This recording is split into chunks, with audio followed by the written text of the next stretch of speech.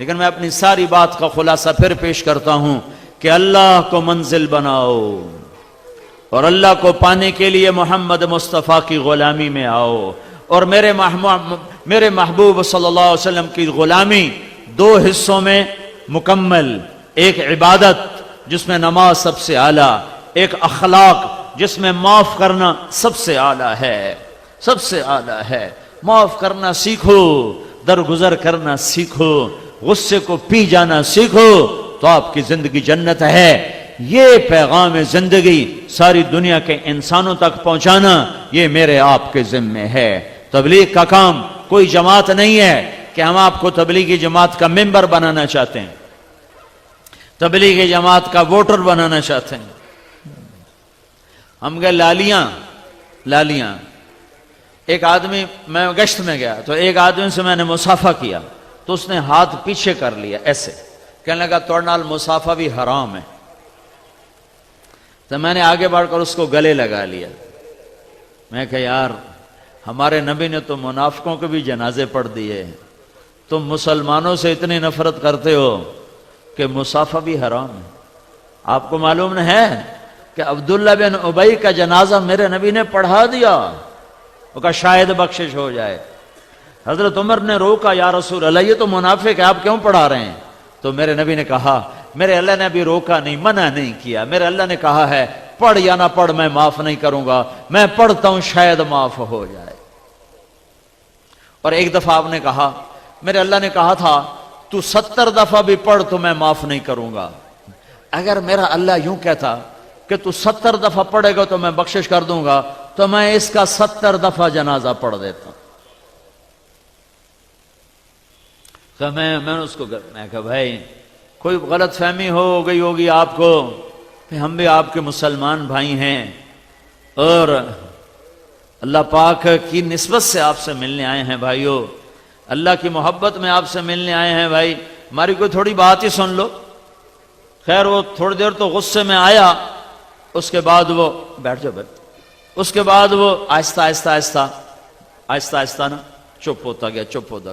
پھر کہنے لگا اصل میں بات یہ ہے کہ بھائی یہ کوئی بات کا طریقہ ہے، بیٹھو شاباش۔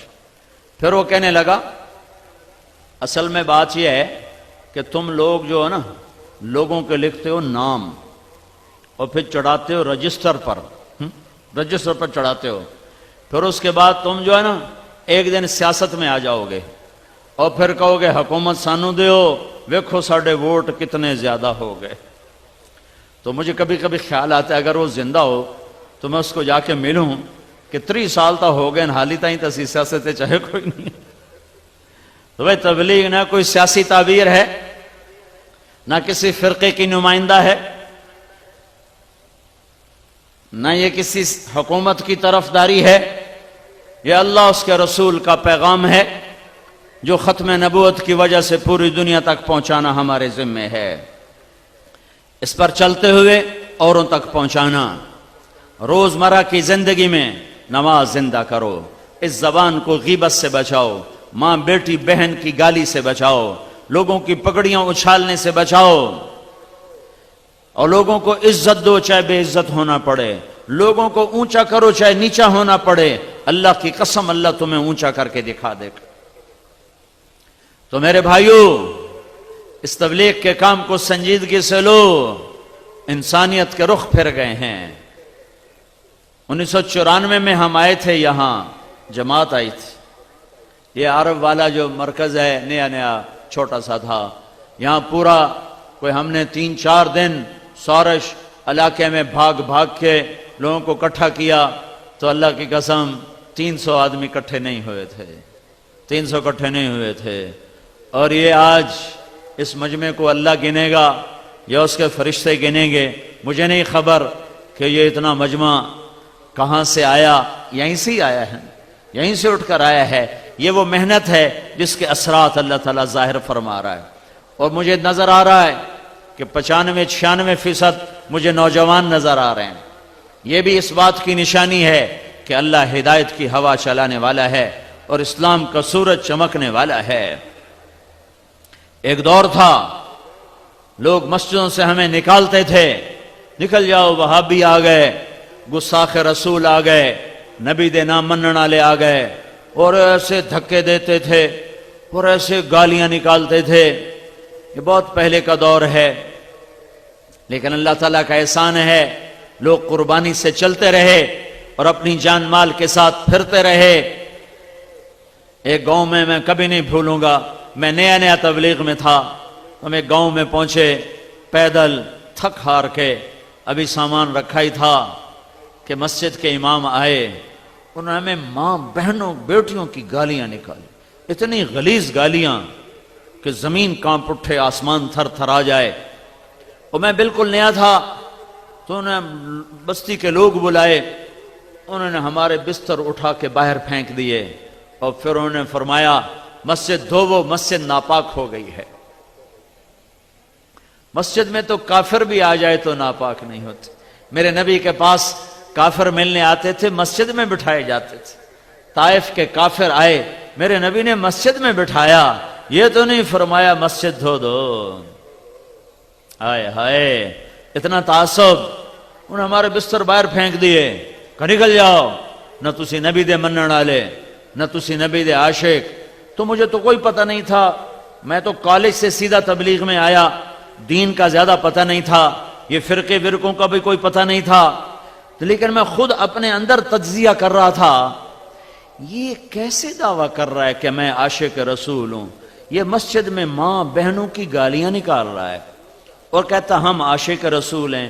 اور یہ جو گالیاں کھا کے چپ اور ایک لفظ نہیں بولے، ایک لفظ، اور چپ کر کے بستر اٹھا کے ان کو دعائیں دیتے ہوئے آگے نکل گئے.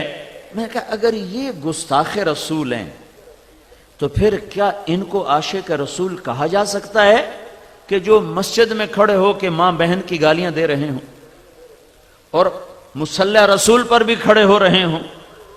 میرے بھائیوں، میں ہاتھ جوڑتا ہوں، میں ہاتھ جوڑتا ہوں، نکلو تعصب سے، نکلو تعصب سے نکلو. میں نے 3 گھنٹے ہو گئے مجھے بات کرتے ہوئے. میری کوشش رہی ہے کہ میں اسلام کو اجاگر کروں. فلانا بھیڑا ہے، ہم چنگے ہیں، اسا چنگے ہیں تو بیڑن، اسا سچے ہیں تو کوڑن، اسا حق تھے تو باطل تھے، اسی عاشق تھے گستاخ. میں بھی کہہ سکتا ہوں، میں بھی تمہارے اندر نفرت کی آگ بھڑکا سکتا ہوں، لیکن میں نے اللہ کو جان دینی ہے. میرے اس بول کا مجھ سے حساب لیا جائے گا، مجھے اپنے اللہ کو جواب دینا ہے. امت کو توڑنے والا بول، امت کو توڑنے والا بول، یہ تو میرے بھائیوں کلمہ کفر کے قریب چلا جاتا ہے. تو امت بنو، امت بنو، امت بنو، ایمان والے بنو، اسلام والے بنو. باقی ساری نسبتیں ہٹا دو. تم سے پوچھو تم کون ہو، کہو جی ہم مسلمان ہیں. میں ایک جگہ تھا تو ایک ادھیڑ عمر شخص مجھ سے کہنے لگے پرانی بات ہے بیٹا تم کون ہو؟ تو اس نے چند فرقوں کے نام لیے، یہ ہو وہ ہو وہ ہو. میں نے کہا نہیں چاچا میں مسلمان ہوں. وہ اس کو ایک کرنٹ لگا، وہ کہنے لگا بیٹا میری اتنی عمر گزر گئی، میں نے یہ جواب کسی سے نہیں سنا، تم نے یہ کہاں سے سیکھا ہے؟ میں نے کہا میں نے یہ تبلیغی جماعت میں سیکھا ہے. وہ ہمیں سکھاتے ہیں کہ ہم مسلمان ہیں اور ایک دوسرے کی قدر کرنا ہم پر فرض ہے، رائے کا اختلاف برداشت کرنا ہم پہ فرض ہے. تو میں سارے مجمع کے سامنے ہاتھ جوڑتا ہوں، ایک تو اپنے اللہ سے معاملہ درست کرو توبہ کے ساتھ، ایک اللہ کے بندوں سے معاملہ درست کرو معافی کے ساتھ، اور اس پاک پیغام کو لے کر دنیا میں پھرو. دنیا اللہ کے فضل سے آ چکی ہے ہدایت کے کنارے پر، اسلام کے کنارے پر، اور ہوا چلنے والی ہے.